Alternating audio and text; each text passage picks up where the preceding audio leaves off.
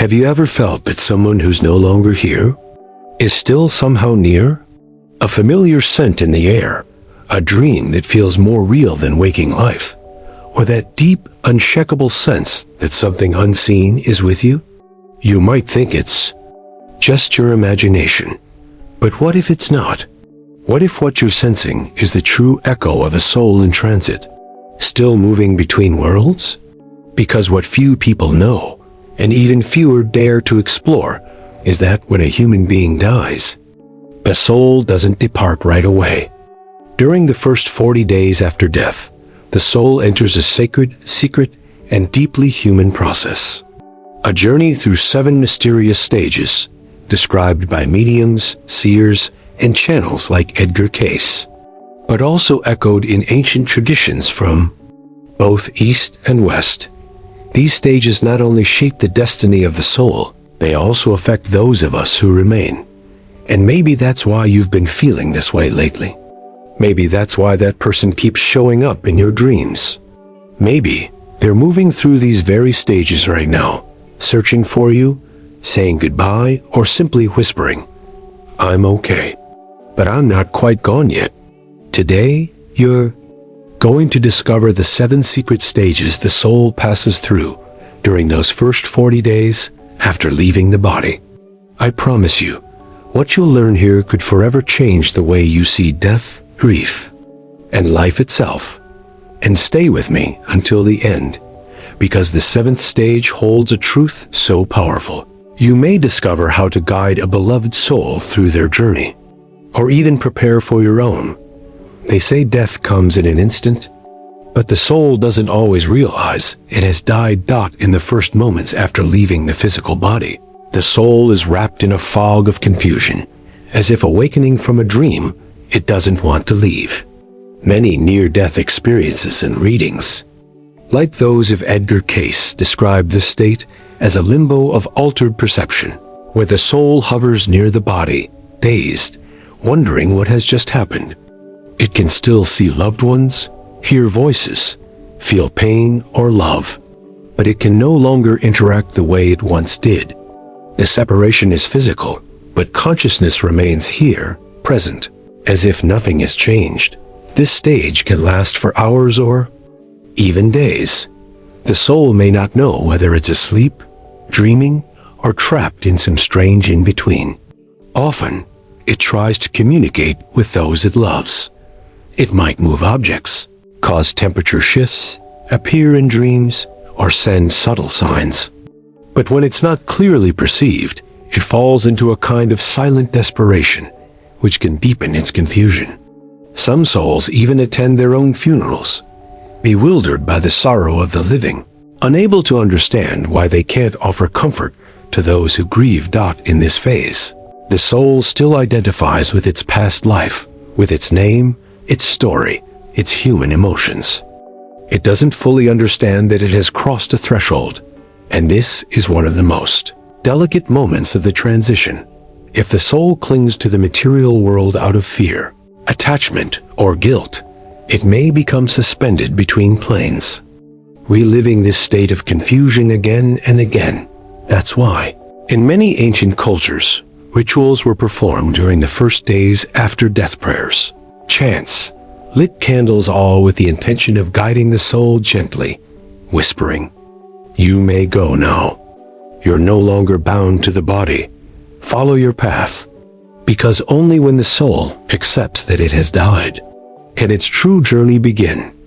Once the soul begins to accept that it has left the physical body, it faces the most painful and at the same time, the most liberating process of all, emotional detachment. This stage is not about forgetting or ceasing to love, but about releasing the bonds that tie it to earthly life.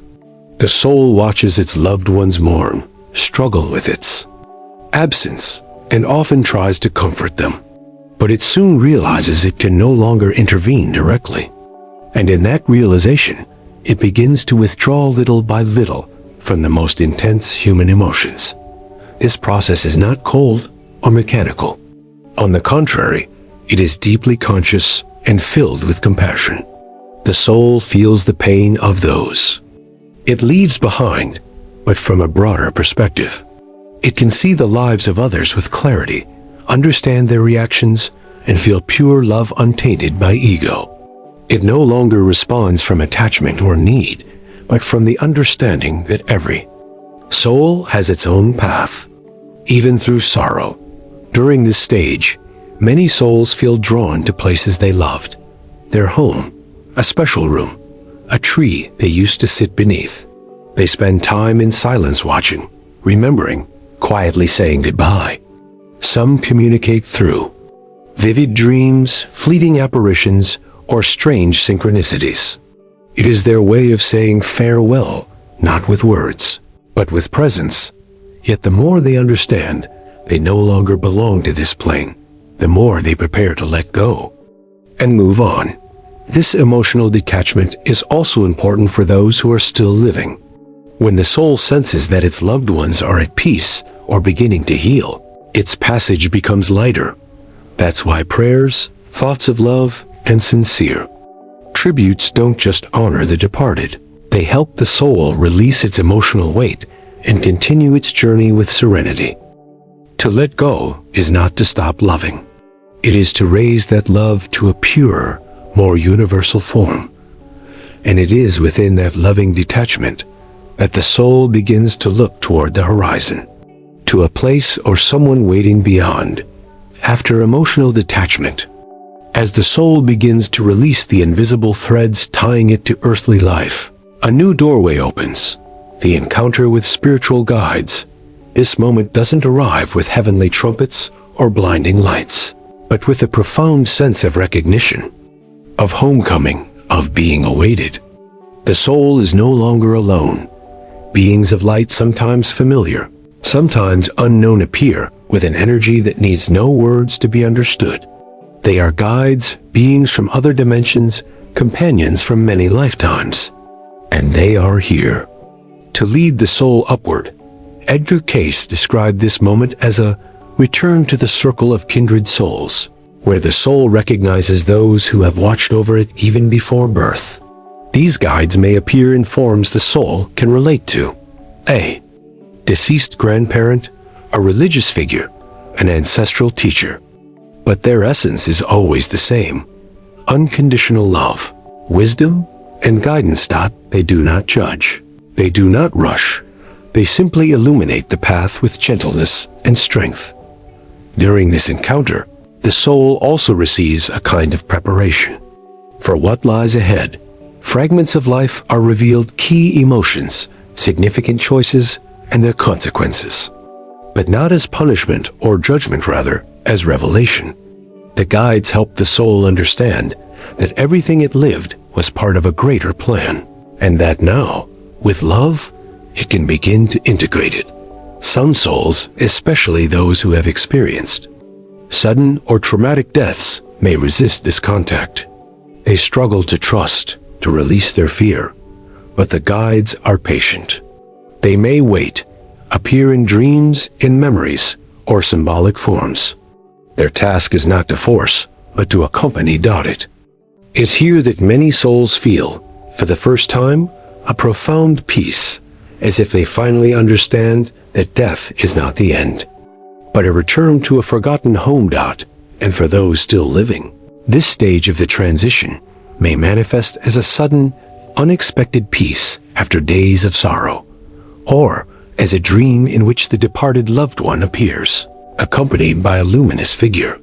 These are signs that the soul is being guided, that it is not alone, and that, step by step, it is crossing the threshold into something vaster, more radiant, more real. After the encounter with the guides, the soul is led into a deeply revealing stage, the life review known in many traditions as the mirror of the soul. It is not a judgment in the human sense. There is no condemnation, no punishment. It is, rather, an act of expanded consciousness.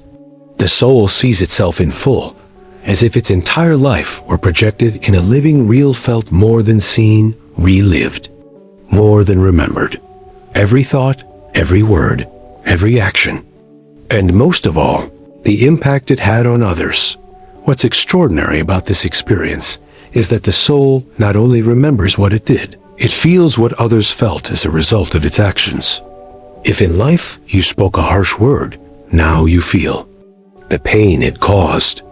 If you offered a hand at the right moment, you feel the hope it planted.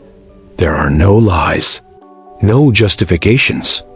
Everything is exposed, not before an external tribunal, but before your own essence, which now sees with perfect clarity. According to Edgar Cayce's readings, this stage is one of the most sacred in the entire passage, because it allows the soul to understand the invisible web of cause and effect, of karma, of lessons fulfilled and opportunities missed. And it is here that many souls weep, not from punishment, but from the beauty or the sorrow of what they could have been. It is a spiritual catharsis that doesn't destroy, but purifies. The soul is supported by its guides through this process. They do not judge, but they hold space, interpret, and comfort. At times, other souls may appear, those with whom important bonds were shared, to show completed life agreements or mutual lessons carried out. Everything is seen from a higher level of consciousness, where there is no fear, only understanding, love, and responsibility. The question is not, were you good or bad? But rather, what did you learn? What did you sow? What did you fail to love? For the living, this stage holds a mysterious resonance. Many people suddenly feel the urge to forgive, to release old wounds without knowing why. Sometimes it is the soul in review that is gently touching your emotional field, seeking to complete its process by letting go of the weight of resentment or sorrow. Because in the mirror of the soul, death is not seen, truth is that, and that truth does not condemn. It transforms. Once the life review is complete, the soul finds itself before what many traditions describe as the final threshold, an invisible border between the intermediate world and the higher realms of spirit. This crossing is not a mere step forward, but a sacred surrender, where the soul must release the last remnants of earthly identity, its name, its story, its roles, even its most cherished emotions. It is the moment when the soul no longer sees itself as a someone, but as pure consciousness, an eternal spark of the all. This threshold may appear in many forms, depending on the soul: a bridge of light, a vibrating tunnel, an infinite field, or a radiant gate. What matters is not the form, but the act of crossing. Some souls pass through easily, drawn by a loving force calling from the other side. Others, however, feel fear or nostalgia, as if they were leaving behind their most familiar self to embrace something so vast it overwhelms them. The guides remain close, but they do not cross with the soul. This passage is profoundly intimate. Only the soul can decide when it is ready to move forward. Sometimes, it is given a final glimpse of its past lives, a vision of its true essence, as if to remember who it has been beyond this existence. And it is not uncommon that, at this point, the soul hears an inner calling, as if something deep within whispers, "Now, return home." The crossing may be accompanied by a total expansion of consciousness. The soul feels itself dissolving into light, merging with an energy that is nothing less than love in its purest form. There is no more fear, no more attachment, no more doubt, only a serene certainty. Everything is well. Everything was as it needed to be. Time, space, pain all dissolve into that immense and welcoming presence. From the perspective of those still on earth, this crossing often coincides with special moments: a deep breath in the middle of sleep, an inexplicable sense of peace after days of mourning, a butterfly that suddenly appears, a song that plays at just the right moment. These are silent signs that the soul has crossed over and has been received. For in this sacred passage, the soul is not lost, it is finally seen in its fullness. Once the threshold is crossed, the soul does not arrive at a physical place, but rather a heightened state of consciousness, where one of the most mysterious and beautiful processes of the transit begins. Integration. Here, there is no human form, no identity as we know it. The soul enters a subtler vibration, where all it has lived begins to be absorbed, understood, and woven into the greater plan of its spiritual evolution. It is as if each life were a single drop returning to the ocean of divine wisdom. And from there, becoming part of the whole. In this phase, the soul no longer needs to do or understand or intervene. It simply is. And in that being, it begins to remember. It remembers who it has been beyond its incarnations, what realms it has traveled, with which other souls it has shared its learning. Edgar Cayce spoke of this stage as the entrance to the Hall of Records, where each soul revisits its eternal purpose, not through the mind, but through a luminous and loving understanding. Here, the soul does not feel alone. It reunites with its soul group, a community of kindred spirits with whom it has shared experiences across many lifetimes. This reunion is deeply healing and is often accompanied by a fusion with higher energies, masters, angels, or aspects of the soul's own higher self. The feeling is one of return. Of home. Of belonging. This process of integration can last what, from our perspective, might seem like days, weeks, or even years. But in that realm, time does not exist as we understand it. Everything unfolds in a perfect dance, as the soul aligns with the vibration of its origin. Some fragments of its being karmic, burdens, dense emotions, old patterns are completely purified. Other aspects, such as wisdom, compassion, or the capacity to love, are refined, as if the soul were being tempered by the light itself. During this stage, the soul does not interfere with the physical world, but may softly manifest in the consciousness of the living. Radiant dreams, a sense of presence, messages of peace, or sudden inspiration may be signs that the soul has already become integrated and elevated, sending light from its new state of existence. For in the integration of the soul, individuality is not lost, it is refined. What was lived is not forgotten. It is transformed. And everything the soul was, loved, and learned becomes light for the path ahead. After integrating its experiences and reconnecting with its true essence, the soul approaches one of the most transcendent decisions of its spiritual existence. Should it remain in the higher planes, or return to incarnate on earth or in other physical worlds? This choice is not imposed, nor dictated by any external authority. It arises from the deepest place within the soul, from the genuine desire to continue growing, loving, and evolving.